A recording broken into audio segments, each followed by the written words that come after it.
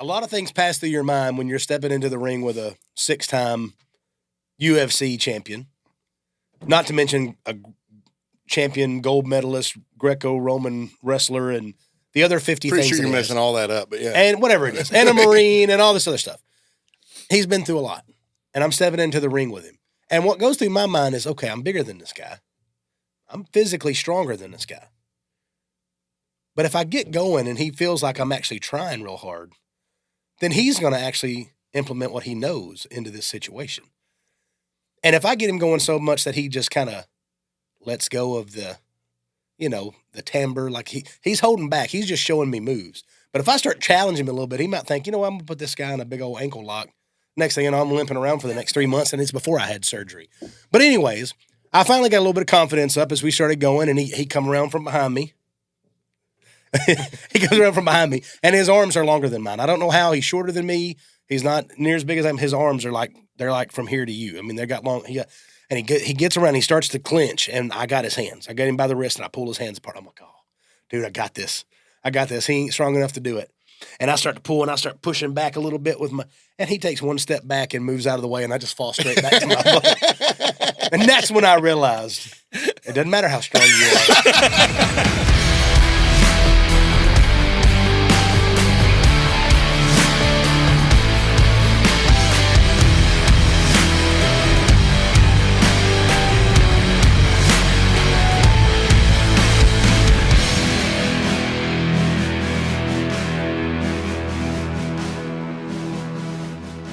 I'm so excited to be here at the Refine Life podcast with y'all guys. I'm Bigg Vinny. I'm Jeff. Jared Blake. Jeff what? Do you want people to know your last name, or will you be Jeff, the artist formerly known as Suter? Suter? Suter. He is a suitor. I'm a suitor. Well, you look good in suits. You do look good in suits, man. You're a suit kind of guy. You know that picture? No? Jeans and T-shirt. No, I don't mean like your personality. I mean like you have that James build and Bond. structure and that look in your face. Like you look like you'd be in a suit. GQ like, model. Yeah. You're going to see. We look very unnatural in suits. I look like a penguin in a suit. I'll be honest with you.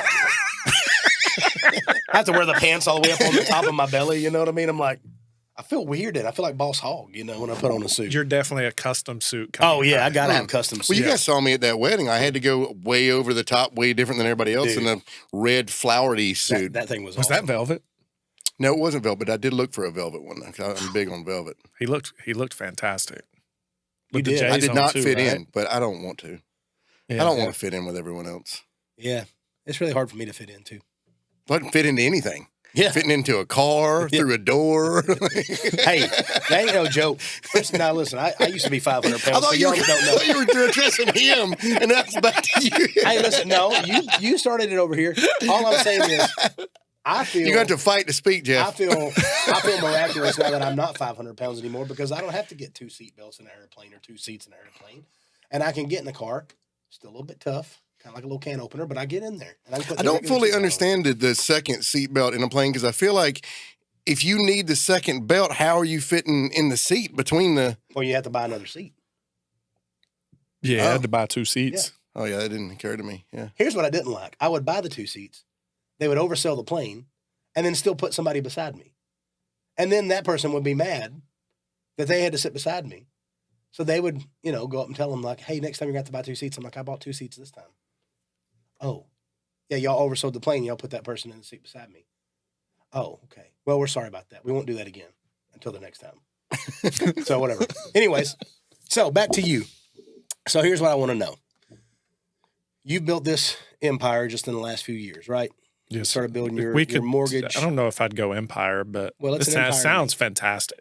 I'm speaking into existence. It's a I dag-bang love empire. it. Let's go. Manifestation. It's real. You've built this thing in just the last few years. You started making people's dreams come true. Like, you're responsible for getting people their first dream home, their second dream home, their lifetime, the one they're going to live into the day they die. Like, all those different things.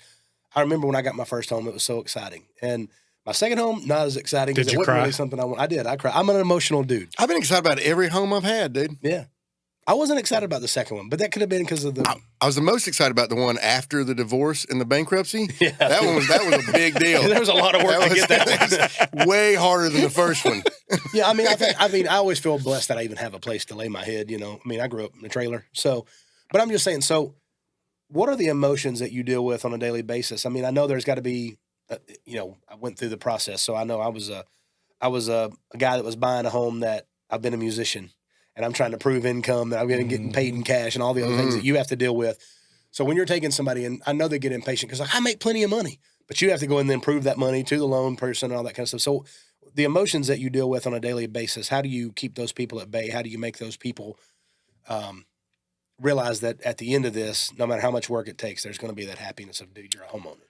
I think the main part of what I do on a daily basis is education. You know, like you're talking about with your cash and things like that. I mean, I'll use an example from just this week. Car salesman, he'll probably make 150 grand this year. And in his mind, he's making 150 grand this year. Right. You know, $10,000, $12,000 a month. But the reality is he didn't do that last year. Right. And he didn't do that the year before.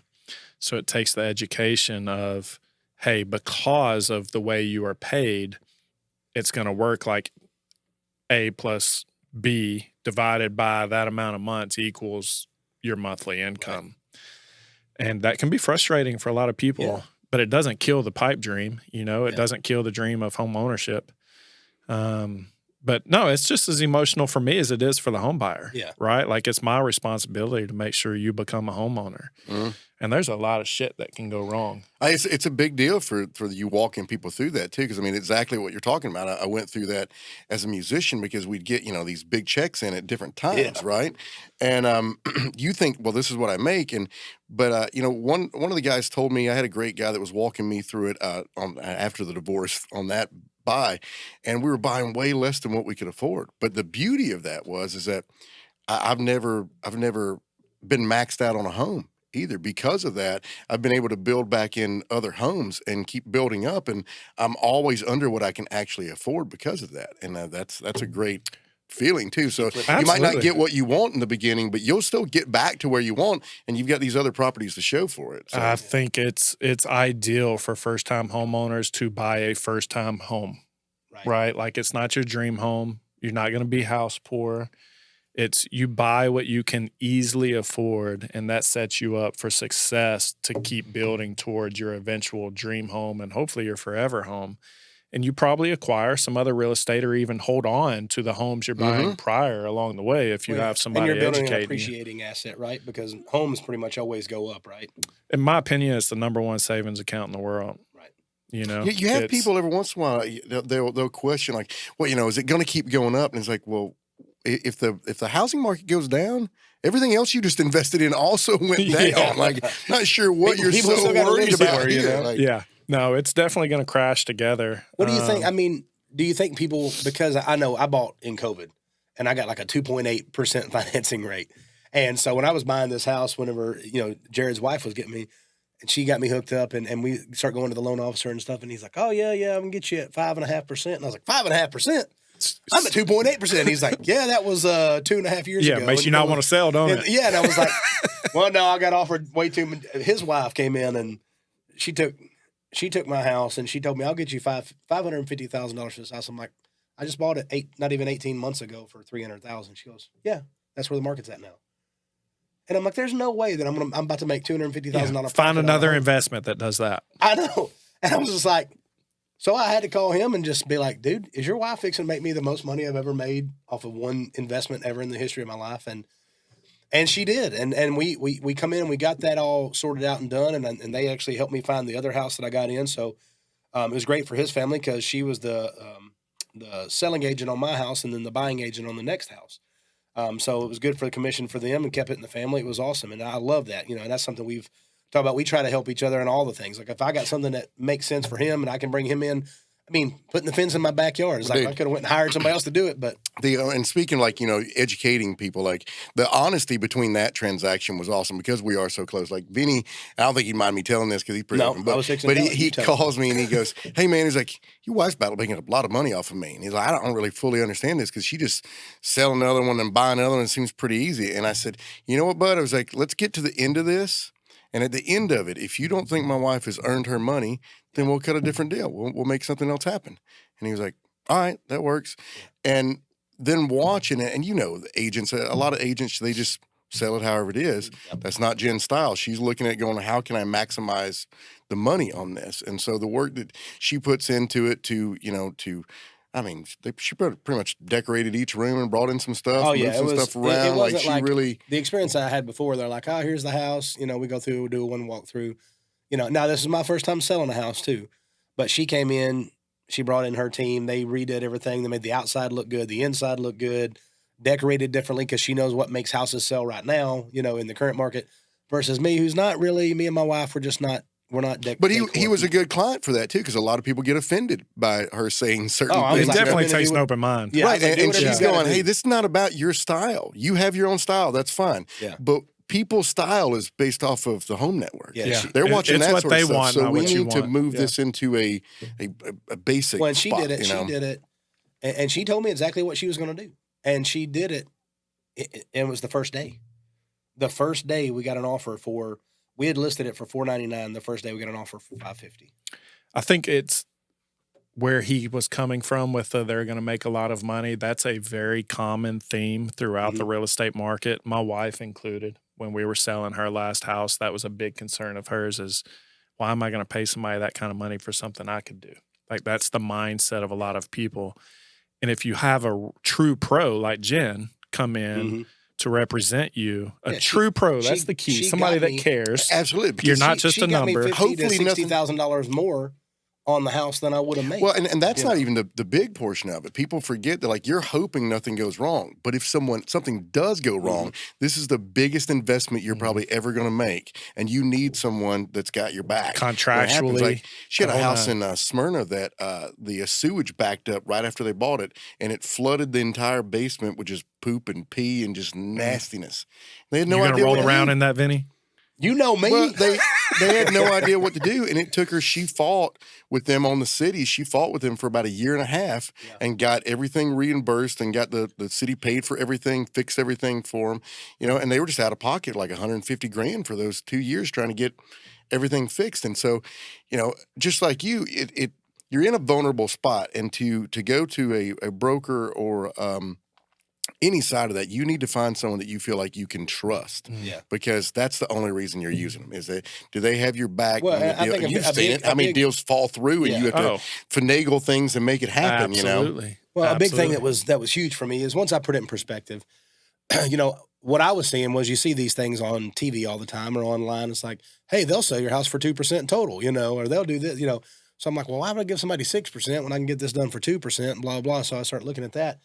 And then I realized that they would have never come in and did anything. They were going to list it. They were going to put it out there to some investing people. They were going to put it out there on the line and see what happens. Whereas Jim was calling personal people that she knows that she already knows is looking, or she calls other real estate agents like, hey, I know you got a buyer moving here from so-and-so. Here's a new house I got on the market. Like, she's reaching out and she's doing things. She's making the house look like it's supposed to look. And to me, it was worth every single penny of it, and probably more, but don't tell her that. I just told you. But, hey, your bank account just went up. But I'm just saying, it's like, it was a good lesson for me to learn, is like, you get what you pay for. And that's kind of bring that up. That's kind of the point of why we're all here talking about this, is the refining. You get what you pay for, and what are you investing in? How are you investing in yourself? How are you investing into your company? Yeah. I mean, with Live to Be that we talk about with our charity, when we're going and talking to kids, it's not about, hey, how do you get rich? It's about, what is in your heart? What are you looking for out of life? Who has that? What's How your did why? they get that? Absolutely, dude. Your passion. Your why is so important, and we don't talk about that. I mean, our generations very much were told, like, we basically were whatever our job was. That's right. And I'm watching my children's generation start to look at things a little different. Like, my kid, came home after talking to his girlfriend's dad, and the dad said, "What do you want to be when you grow up?" Or he said, "What do you want to do with your life?" And my son said, "What do I want to do with my life, or what do I want to do for a living?" Yeah. And he's like, "Same thing." And Cash came back and he's like, "That's not the same thing, is it, Dad?" And I was like, "Heck no." It's like, "But tell me what you think about it." And he goes, dude, he's like, "Well, what I want to do with my life, like I like to skateboard. I'd like to learn how to surf. I like playing music. I want to have a family. I want to take vacation. I want to travel the way you did." And he goes through all these different things. Like, that's what I want to do with my life.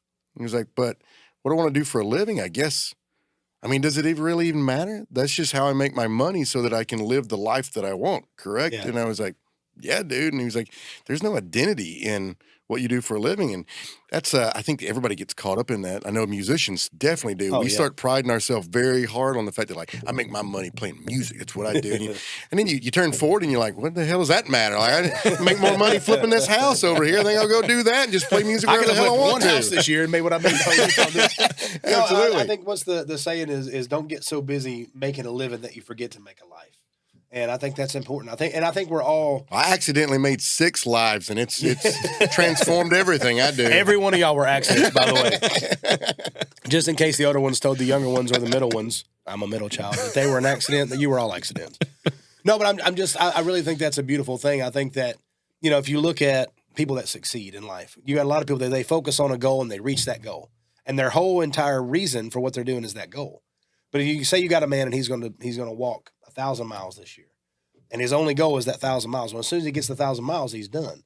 But if you got a guy that enjoys walking, he's just going to go walk every day. Keep walking. And it doesn't matter if he hits 1,000 miles or 10,000 miles. He just enjoys the process. And I think as we're building and we're learning this, we've been doing music for so long, but as we're learning what we're building and the things that we're doing now is we enjoy the process of building things. We enjoy the process of like, okay, how do we figure this out? How do we get this from point A to point B? And then the next step and the next step, and it's the process I think for me and Jared. It's like, oh, dude, I didn't even think I could do this, but I'm going to try it anyways. The next thing you know, you start believing that you can. And that's a real hard position. You put a guy like us, we've been in a business our whole life that it's like, you believe you can, and every single other person around you believes you can't. Yeah. You know what I mean? So now we're in a thing where like, we believe we can, and other people are like, oh yeah, people do that.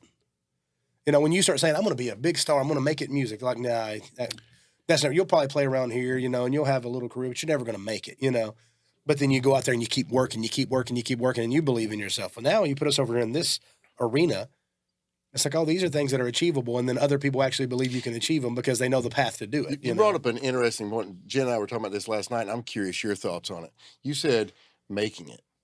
Yeah. But in every career, you look at that, are you making it? What is that? Yep. What is making it to the world, do you think, and what is making it to you? Making it to me is going to be bringing as much value to everybody I come in contact with as possible. It's not money related. It's not how many homeowners I've created.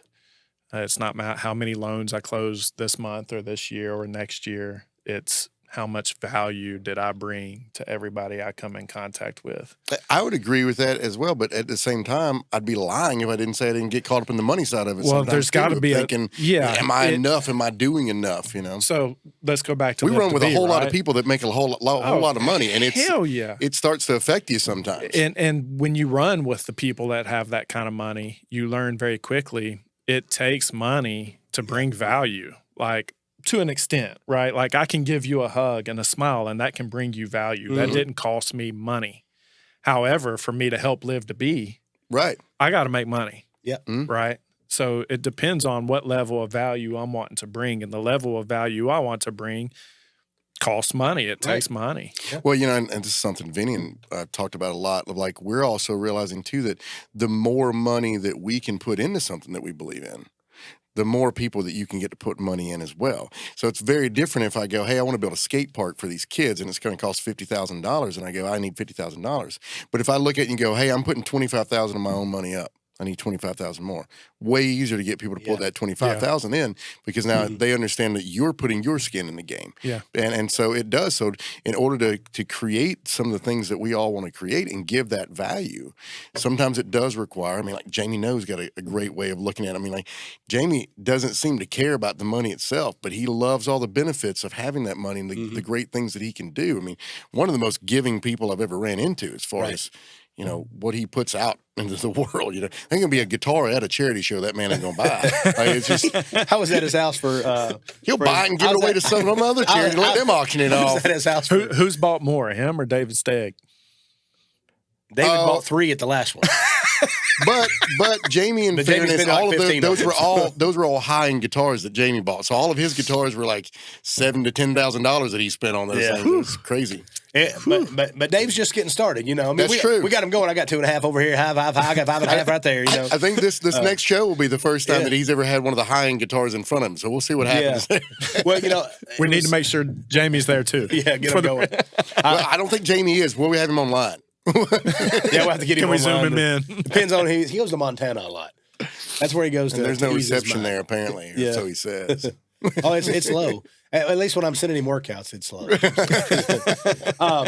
No, I think, you know, going back to money, you know, people always say, you know, money is the root of all evil, but it's not money. It's the love of money is the root of all evil. That's right. So when your purpose is the money, then I think it changes. Love of that honey will get you in trouble too. That's true.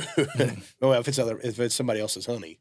But I'm just saying, like, if your whole purpose is to make money for you to store away, and like, you know, a lot of rich men die with everything that they made, you know, and I always think it's crazy. Like, you can't take it with you when you go. That's right. So what are you doing to affect people? And I had this conversation whenever in the middle of the pandemic, there was this thing come out called Clubhouse, and I enjoyed Clubhouse. It was cool. It was like this, and I was getting to be online with people that are these billionaires. They were bored sitting at home. They didn't get to do what they normally do, so they're just on there giving free advice and talking. Of course, you could sign up for their, you know, whatever, their webinars and all this stuff so they can make more money. But I enjoyed getting to be on there and hear them talk. And I got to ask this guy. His name was Naveen Jain or something like that. Naveen Jain. He created some kind of, you know, medical something or other. And I'm sitting there talking to him, worth billions of dollars and still working every day to make something else new. And I said to him, I was like, I just want to know, like, I said, from a guy that, you know, I've never made more than $250,000 in a year. So I just want to know, like, and I felt like I made so much money that year. I was like, dude, I feel great. Like, I don't feel like I need or want anything else. So I said, when is it enough money? I was like, when is it that you realize, like, you wake up and you're worth $150 million? When is it enough? He goes, well, he said, when you wake up and you're worth $150 million, you're no longer going to work because you want to make money. He's like, in fact, most people that wake up with $150 million didn't ever go to work because they wanted to make money. They wanted to make a difference. That's right. They wanted to do something with that money. They had a plan, and then they created, you know, that, and they realized, oh, because I created that, I created 10,000 jobs. And now they go create something else, and it's going to create another 10,000 jobs. And then on top of that, whatever product they created also helps the world in some way. And so, you know, he said now, he goes, it's like, how much am I going to give away this year? What am I going to sponsor? What do I believe in? Is there a small business owner that I believe if I jump in with them, I can help 10X them or whatever, you know? I just thought that was really cool because I'm like, you know, I don't know where your motivation comes from if you got $150 million sitting in the bank and you're like, I mean, I'm good. I think it's well put, though, because I don't think the three of us are motivated by money. We're definitely motivated by the things that you can do with it. Knowing that we're going to do a bunch of different topics, I'm curious, with you, what are some of the passionate things that you want to discuss throughout this podcast, these different segment stuff? What are the things that you're passionate that you think the world needs to hear, or just personal things for you? I think for the personal things for me, I think people need to know that they're not stuck, right? It don't matter your age. I mean, I got into the mortgage business 4.5 years ago. Complete reset button. Broke as a joke. Fresh out of, speaking of bankruptcy, Chapter 7. You know, I didn't have a pot to piss in, you know, when I got into the mortgage business, and I made decent money year one. It wasn't what I was used to making, and it was scary, man. It was scary times, but you know, through, just staying aggressive and believing in myself and putting my best foot forward. I mean, I'm not going to call it an empire, but I'm doing $50 million a year, you know, in mortgages, and There's people that's been in the business 30 years and haven't come close to that. Yeah. So I think it's important for people to know there's not an expiration date on your success. Mm-hmm. You know, it can start any day. Yeah. You've just got to make that decision. Well, And from anywhere. And Yeah. from anywhere. Yeah, no, Yeah. absolutely. And that can, and again, that's not just business or money, right? That can be weight loss. Yeah. That can be leaving an abusive relationship. I mean, Yeah. it can be so many different things if you just believe that you are put on this earth to be elite and to succeed. It just takes you believing that. Yeah. God didn't, he created us in his image. And deciding what that success looks like for you. Yeah, Because it's absolutely. not about pursuing other people's success. It's just going, what does my life need to look like? Correct. And, Vinny, what about you? What are some of the passionate things for you? You know, one of the things that I want to get across in the podcast, I think, and I've always kind of had this, was when you talk about you, I always love the thought of how you see yourself. A lot of people say, I am, and then it's whatever they put before it or after it that makes them who they really are. So if you constantly sit there and say, oh, I'm just a fat slob, I'm not good, I'm worthless, I'm ugly, then that's what you'll be. You know, so I want to get across to people like, you can speak things into existence, because if you tell yourself every day, I'm worth it, I'm great, I deserve these things, then you have a lot more motivation, you know. And if you're the first person saying it, other people will usually go after your actions and do the same thing you do. So if you start telling people, hey, I'm going to go do this, I believe in me. Yeah. Then at first they're probably like, yeah, sure you will. Yeah. But then you just, little by little, you keep waking up every day and saying, I am, I will, I do. And the next thing you know, you will and you do, and you will and you do. And the next thing you know, they're coming to you saying, hey, man, dude, I mean, I'm so proud of you. You did such a great job. I knew you would, you know. And it's not to prove anybody else wrong. I think this is one of the biggest things I learned on Biggest Loser was my whole life was full of, I told you so's. You know, I got a record deal at 500 pounds. Told you so. You know, I you know, everything I'd done, you know, top football player, you know, ran the Sonic. I was a Sonic drive-in general manager, but I took my team to the Dr. Pepper games the first year that we even had a Sonic, which, you know, is the top 12 teams in the nation. Told you so. Come to Nashville, get the publishing deal. Told you so. Get the record deal. Told you so. Go on Biggest Loser, lose all the weight. Told you so. But while I was on Biggest Loser, I learned that I didn't want to do it to prove other people wrong anymore. I wanted to do it so I could show them that they could too. Yeah. You know, and so a lot of my passion now just comes from, I just want to continue to be an example and do it by my actions, that, you know, you can go out there and achieve things that you want to achieve. And I'm, you know, a new season of my life is in this business world and things that we're in now of like, I didn't know anything about this. Now I own a resort. I don't know anything about owning a resort. Now I own a resort. And, you know, at first I was like, oh, this is going to be easy. And then I'm like, oh, well, how do we do this and get these people here for that? How do we manage this? I mean, there's a million other things that come along with that. So, you know, it's just, like you said, believing in yourself. I think that's a big thing to get across, and then helping show them a path of once they start believing, how do you put it into action? I'm blown away because I said this whenever we started this idea. I was like, I think you just start running it and it'll fall in. And you guys went exactly where I wanted you to go in order to get back to what I would have said. And I think there's a reason where we come together. Because what I've heard here is that you've got to believe it. And then you've got to show the path. You've got to create that plan. You've got to move on that, right? Yeah. And then, because for me, I think the end of it and where it lived to be, you know, really shows itself is I really want to speak and talk about the different things going on, you know, between our military. That's a hot topic. Homosexuality, hot topic. Race, hot topic. Because what I see going in these schools and talking to all these kids is it doesn't matter where you're at. We're all still the same on the inside. You're still looking for the same things. At the end of the day, we can focus on our differences or we can focus on our similarities. Our similarities are way, way greater because at the end of the day, what we all want is we want to be loved. We want to love someone else. We want to feel respected. We want to feel like our voice is being heard.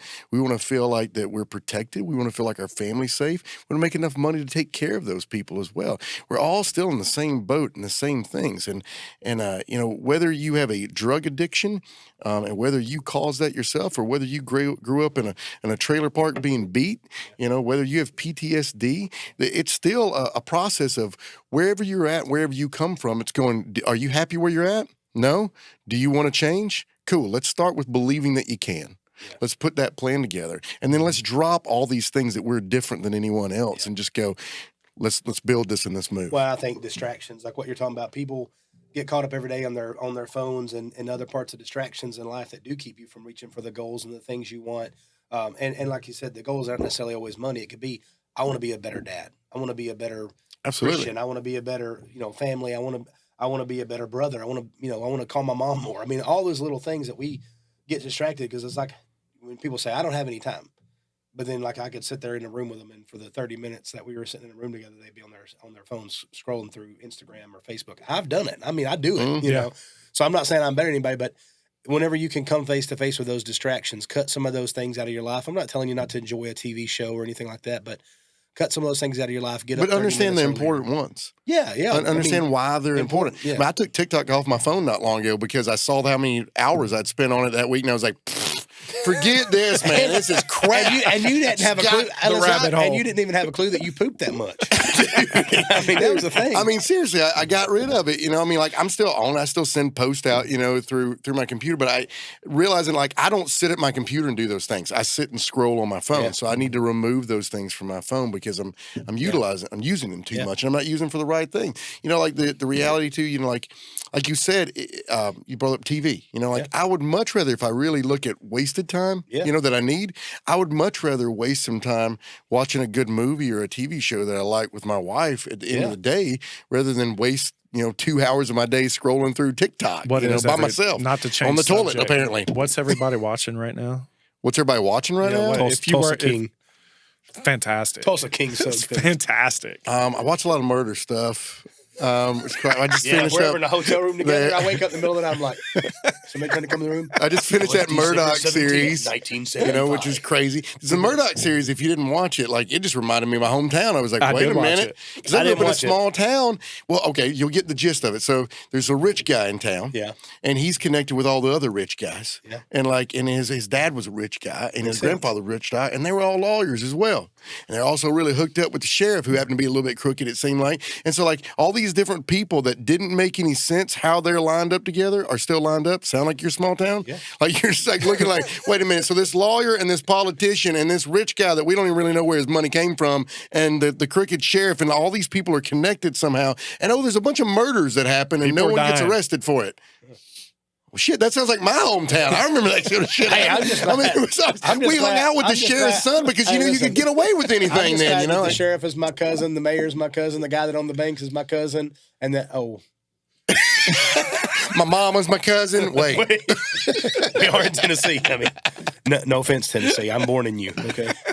I'm born in you.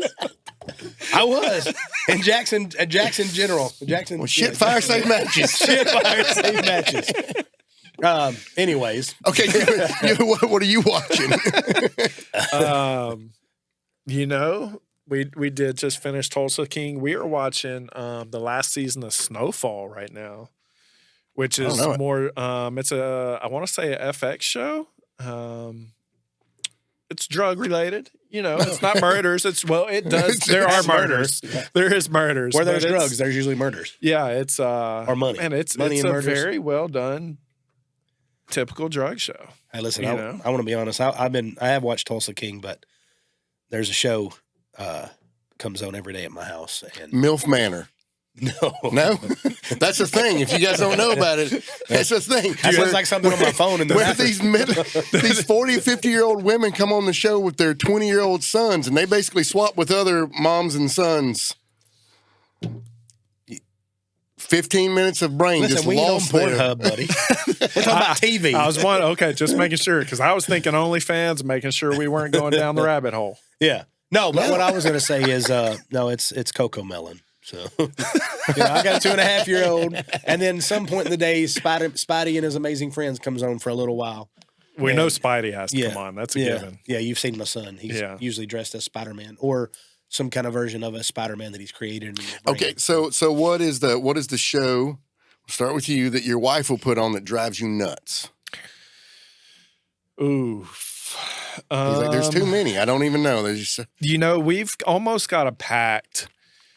We don't watch, example, on our way back from Arizona 2 weeks ago, I downloaded 7 or 8 episodes of some damn show called Perfect Match.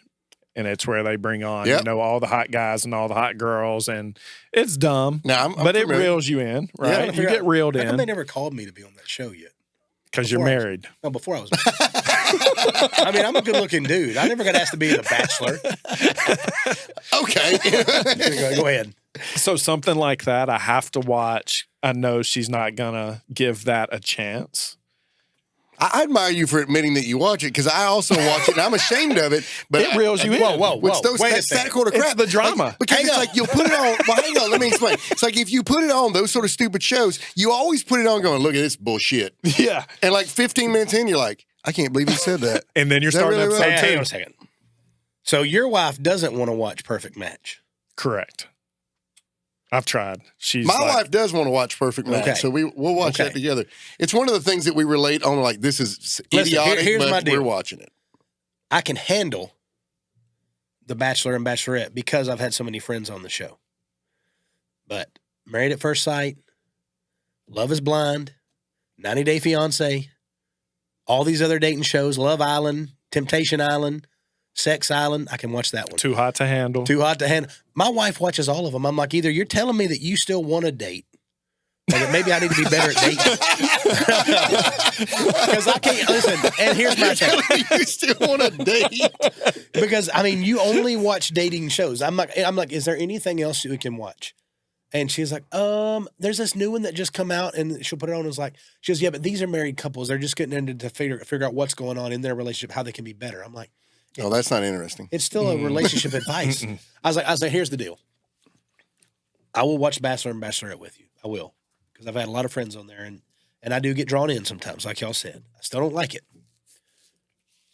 but you have to watch one football game a week with me, okay? And then when football season's over, she's free. She gets the TV 100% of the time. Whatever she wants to watch, we watch. But during football season, I want to know. Sunday or Saturday, I'm watching college. Sunday, I'm watching NFL after I get back from church, pretty much all day. Monday, I'm watching Monday Night Football. Tuesday, she gets off to watch whatever she wants to watch. Wednesday, she wants to watch. Thursday, I'm watching football again. Friday, there's a good chance that I might watch the high school football game on my phone from my hometown. So I love football, is all I'm saying. And she loathes it. Unless the Titans are playing, because then she knows how excited I get. So does she stick with watching the one game with you? No. No? She will watch part of the game, and then she either falls asleep or goes into another room and starts doing it. I don't have any problem with because Jen doesn't care if you watch sports, and also at night she I only falls watch asleep football. before I fall asleep anyway. So anything she didn't want to watch, I just put that Now, on here- as soon as and she listen, falls here's the asleep. trick. But Here's the trick. My wife, she'll fall asleep within 10 minutes of any show you put on. So I will start off watching Love is Blind. And then when she falls asleep, I will gently take the remote. dude, watch that. That's how I got into the crap, was because she fell asleep. Now, however, that's never worked on the Kardashians. As soon as if I walk in the room and the Kardashians are on, she gets a choice. I can either leave or that can be turned off. Yeah. It grates on my nerves so hardcore, bro. Even the Kanye years, be honest. Yes, every one of them. I cannot. I've never watched an episode. I cannot stand. I'm angry. Like I'm angry talking about it right now. He is getting angry. Now, You get little then, beads of sweat coming out of the your other eyeballs. thing that she'll watch is because we all know she's in remodeling, and she'll put on one of those home building shows, and I'm like, why would you want to watch work after you leave work? Like That's how she accountants gets don't her come home and ideas. watch accounting TV. There's not even accounting TV. How do Like, you know? it's- Have you ever looked up accounting TV? I'm just assuming there's not. I mean, I'm sure there's YouTube I've seen channels. that guy but remember that guy used to work where the do you want to go home and watch mortgage stuff? No. Right. No. Hey, to be fair, if I played in the NFL, I would still want to come home and watch more NFL. Yeah. Right. Yeah. That's a one. I mean, those guys have to That's watch a a lot of one-off. video. Not Kyler Murray. He doesn't watch video. Sports is He different. plays video games. Sports is different. I don't really like video games either. I only like Madden. Like I've tried to play other games. My brother is a big time gamer. Mm.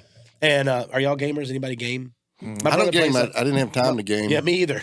My brother plays like Modern Warfare and Halo and all this other stuff. And he'll be like, get this game and play with me. And so I'm like, a couple years ago before I had my second kid, I was like, all right. So I go and get Halo, I think it was. And I try to play it.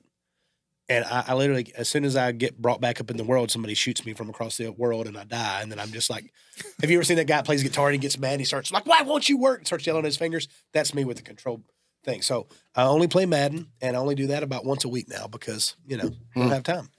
But I do enjoy that. But I don't do that. All the family, because I got a big family. We play a lot of games. I love board game games. night. We're doing I'm a huge fan nights. of game I night. like game night. My kids ain't quite at that age yet, but when they do, and don't think I'm going to let them win because I won't.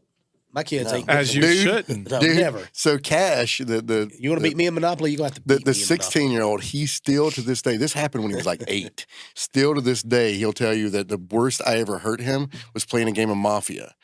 Because he was 8. He trusted me so much.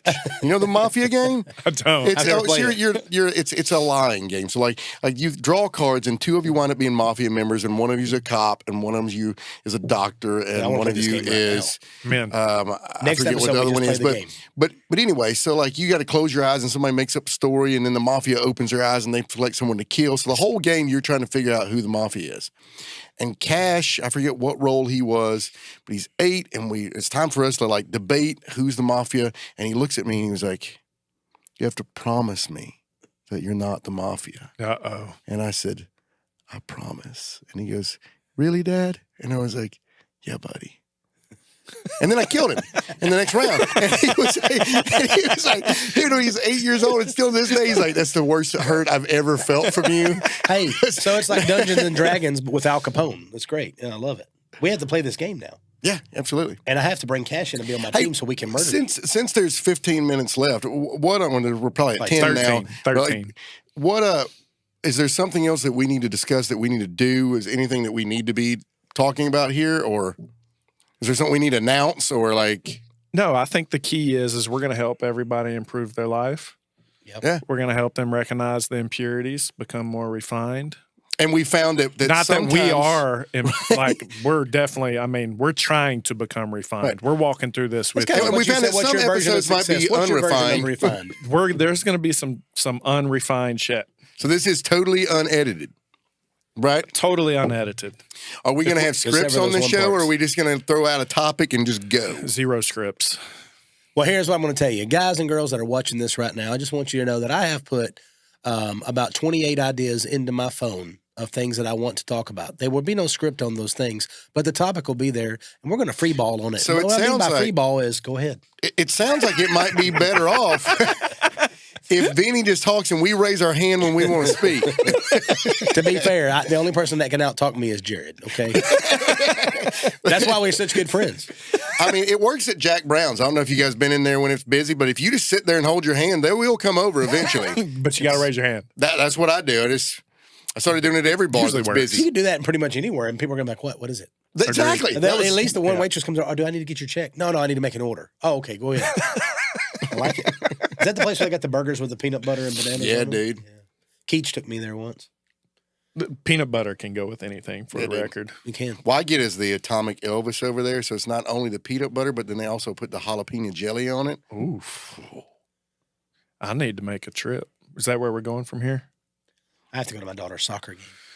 Oh, yeah, I've got kids. Y'all too. want to come to my daughter's soccer game? She's 2.5 years old. I bet it's a good game, but no.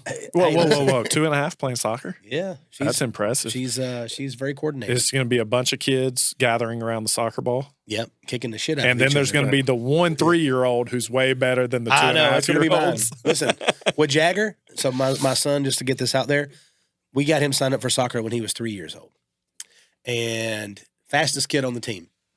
Did not understand the concept of taking the ball away with his feet. So he goes in. I He said, should have been playing football, is what Son. you're saying. No. Just here's what he does. I said, "Son, you got to run up there. You got to get that ball." He goes, "But he's playing with it, Dad." Mm. I was like, he goes, "You told me not to take other people's stuff." I'm like, "I'm telling you now that in this game, this is a game. You got to try and take it from him." And to this day, he takes every kid's ball that he sees. No, he would run up there like he was going to kick it, and he'd stop. He's like, "I don't know, Dad. Am I going to get in trouble?" I'm like, "No, you're not going to get in trouble. Go get that ball." Next thing he goes, "You know what? I'm going to be a superhero." And I promise you, I got video of it. He takes off, puts his arms out, and starts flying around the field. Nowhere close to the ball, just running. And the next thing you know, 2 or 3 of the other kids start following him. And So just he's a leader. He's a leader. He just says, "No, we're playing superheroes now." You know what he did? You know what he did? Now we're playing superheroes. He refined what you said. And he was like, Yes. "No, Dad, this is my life and this is where I'm going to take He it. did. And I will lead people." And he took off flying, and that's what he did. the rest of the game. Our And producer. then he proceeded to pull down his pants and piss in the middle of the field in front of everybody. And That's co-ed. your child. I That's know. your child. So our producer, he coaches a soccer league like that as well. And he said, we were trying to come up with a name for him. And he said, "So what do we want to call ourselves?" And they said, puppies. And they're like, well, typically we like to have a scarier name than puppies. We want our other teams to, be afraid of us. And they're like, yeah, ghost puppies. I like it.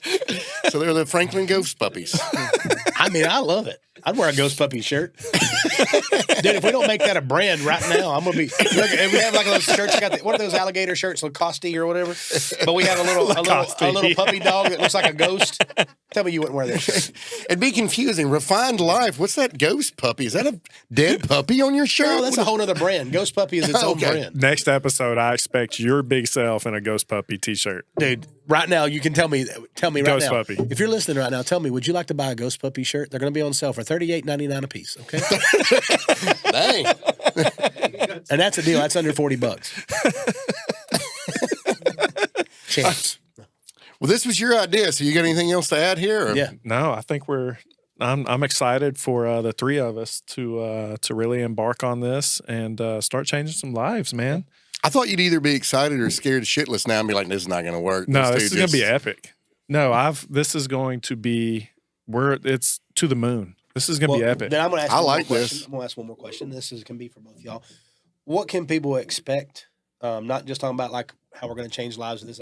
What can they expect as far as guests or how are we going to go about this? What can they expect to see on this show? Good one. So I think we're going to have a lot of solid guests. I think between my connections, y'all's connections, I think we can have some superb local guests, but also some national guests. I really want you to stay focused on getting guests that are actually going to say valid things, because we mainly only know idiots. We're going to bring in the guys that say anything, but I think people enjoy that though. I think authenticity is very important, which is why you're going to hear cuss words. We're going to say shit. Yeah. We're I can beep it out. We're going to say shit fire. How'd it go? Shit fire light matches? Save matches. Save matches. Shit fire save matches. Yeah.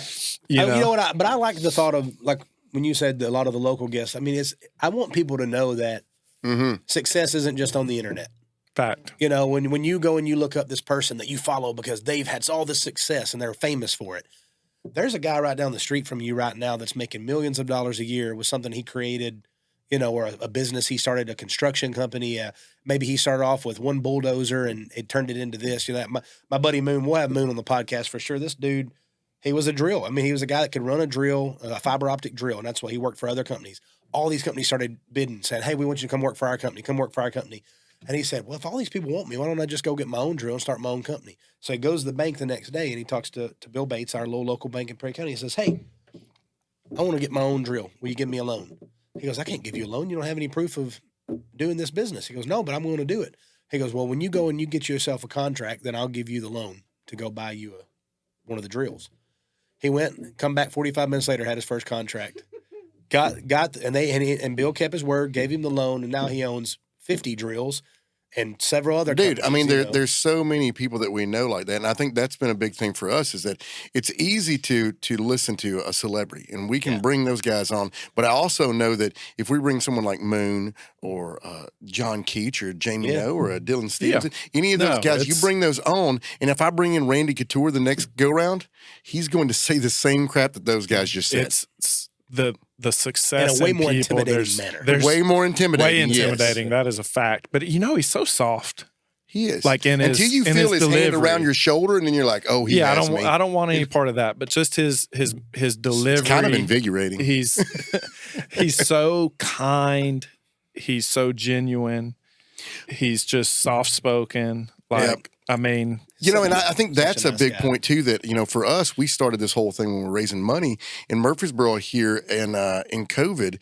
And, the media spins things so much and tells you that all these rich people are just rich assholes and they just want more of your money. But the reality is like Murfreesboro would not have survived the way they did. None of these charities would have done the way they had it not been for all these quote unquote rich assholes. Because those guys stepped up. Yeah. Those guys raised so much money. They gave so much when they saw people in need. And, I don't want to break that barrier down a little bit too. Because yes, there are rich assholes. There's also a bunch of poor assholes too. Like there's a bunch of assholes. There's more assholes than any of the rest of us. That's why we've all who aren't we're kind of assholes too, but in a different way. Yeah. We're don't smell polite that bad. assholes. We're not. Yeah. We're not good I don't know how to- assholes. I'm not sure where we're going now, but You've been bleached. oh God, I'm a bleached asshole. No, here's what I was going to say while we're still on that topic. Of assholes. I went one time to get my No, what happens to these guys, and I learned this firsthand because they were, the first time they had to tell us no, they thought we were going to get upset with them. Like, man, I don't want you to get upset about, I ain't even going to be in town for that. I'm like, dude, I'm not upset. It's okay. A no is okay. I'd rather be a no than just ignoring me. I think what happens and they get considered assholes is the first time they tell somebody no, they're like, oh, well, he didn't want to donate to that charity. He's an asshole. Or maybe he already donated to 15 other charities this month and he don't want to put any more money into that because he also has 6 kids that he's got to pay for tuition. Or maybe he just like you to call him and ask him how he's doing instead of asking for money all the time. Right, yeah. Maybe he just wants you to buy him a burger. Yeah. And so anyways, I just, like I said, every time I've been told that my whole life, I grew up thinking that because that's what I had been told. And then I started meeting rich people and almost every single one of them that I met was just super nice guy and philanthropic. And is that how you say it? Philanthropic or tropic? Tropic Thunder? All right. Anyways, that's what I was going to say. All I'm saying is you can expect to see on this is good times, great people. You're going to learn. You're going to laugh. You're going to probably get mad at us at some point, and that's okay. You can't cancel us because we're not famous enough to cancel, so there's that. I don't think they're ever going to quit. I think that's no matter what we say. I think that's a mindset too, because it's worked for Chappelle. He's just like, nah, I'm not going to be canceled. There's a whole lot of people. Yeah. Kid Rock, he's like, I just saw him in an interview, and they said, everybody keeps trying to cancel you. Why is it that you can't be canceled? And he was like, because I don't accept it. Yeah. The end. Like it. And people love authenticity. Yeah. Yep. That's all Well, there is to it. They also love cotton well, candy. good. That's all we got. So. Yeah. No, I got way more. I could sit here and talk I know all you do. night.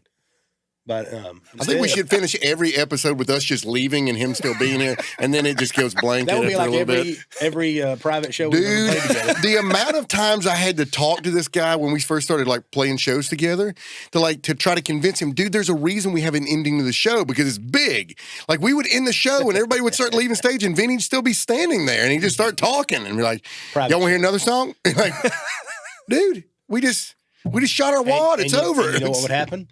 A big old group of them would sit right there with me, and another group would go and have a couple of drinks with my boy here, and then they'd end up talking and settling a bunch of deals together and all that. And I'd keep this little. And crowd Jared entertained. Weeks would go get on the bus or go back to the hotel. Hey, speaking of shows, I don't know if Vinny told you, but he might have overcommitted you at the last show that you weren't there for. Or did I? That's not shocking. We won the yeah. we bid on the I told you about this. on the party for 50 people for 50 people. at Alley on Main, the Green. And I'm not going to put on air what he committed to, but it's pretty epic. So just get ready. I don't remember what I committed to. Uh-oh. I just said one of us would be there to play. Is this another nude show? It is a nude show. You listen, I used to be at Chunkendale, okay? We'll get into that in another episode. That's a real story. Yeah. Makes real money, though. No, we'll have a good time. Like, yeah, We'll have a good time. Listen, we're having a good time. I mean, Like y'all paid money for it when we would have done it for you for free. So, Well, it comes back to not where we started, but where we were 45 minutes ago. Got to make money to bring value. that's right. Mm-hmm. And being able to be at that table and bid on that to go towards, I think that night was United Way. United Way that night, yeah. To be able to give that kind of money to United Way was, if you're not making money, you can't do that.